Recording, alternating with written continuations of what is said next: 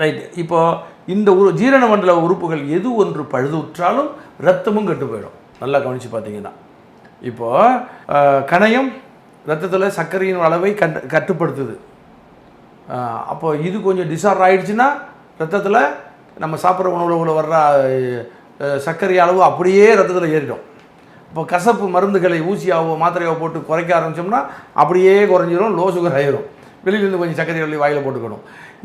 இப்போ நம்ம இப்படி வெளியிலேருந்து கண்ட்ரோல் பண்ணுறத அது உள்ளேருந்து கண்ட்ரோல் பண்ணிக்கும். அப்போ அதுதான் கணையத்தோட வேலை. அப்போ கணையம் கெட்டு போச்சுன்னா ரத்தத்தில் இனிப்பு ஏறிடுது, ரத்தம் கெட்டு போகுது, பித்தம். அந்த வியாதிக்கு பேர் பித்தம். லிவர் இது கிட்னி கெட்டு போச்சுன்னா ரத்தத்தில் உப்பு எரிக்குது, யூரியா எரிக்குது, அடுத்து கிரியேட்டின் அழுக்கு எரிக்குது. ஸோ இது அப்போவும் ரத்தம் கெட்டு போகுது. அந்த வியாதிக்கு பேரும் கிட்னி ஃபெயிலியரும் பித்தம் தான். அடுத்து லிவர் கெட்டு போச்சுன்னா மஞ்சக்கமலை வந்துடுது, அதுவும் ரத்தம் கெட்டு போகுது, ஜாண்டிஸ். அப்போது இந்த ஜீரண மண்டல உறுப்புகள் எது ஒன்று பழுதுற்றாலும் இரத்த சீர்கேடு வந்துவிடும். அப்போது அதெல்லாம் பித்தம், ரத்தம் சார்ந்த கோளாறும் ஜீரண மண்டல உறுப்புகள் பழுதானாலும் அந்த இதுக்கு பேர் பித்தம், அந்த வியாதிக்கு பேர். நல்லா புரிஞ்சுக்கிட்டீங்களா? அப்போது வாதம்னா மூளை, நரம்பு, எலும்பு, தசை.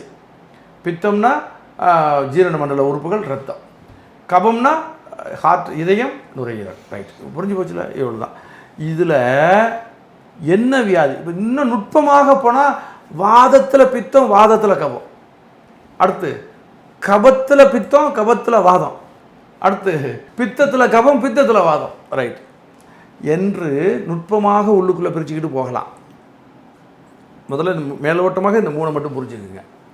இப்போ இவருக்கு உடம்புல வலி இருக்குது, மூட்டுக்கு மூட்டு வலிக்குதுன்னா வாதம். ஆமாம். நரம்பு சுண்டி சுண்டி இழுக்குதுன்னா வாதம். மூளையில் ஏதோ கோளாறுன்னா வாதம். சரிதானே? ரைட்டு. இப்போது மூளையில் கோளாறுனா நீங்கள் அந்த மாதிரி நினச்சிக்க கூடாது. மூளையில் ஃபிசிக்கலாக ஏதோ கோளாறு அப்படின்னா தான். ரைட்டு. அடுத்து ஜீரண மண்டல உறுப்புகளில் ஏதேனும் பழுது உற்றால் அது பித்தம். ரைட். இப்போ புரிஞ்சு போச்சுல்ல? ரைட்டு. இப்போ உணவுகளையும் 3ஆக பிரித்து வச்சுருக்காங்க.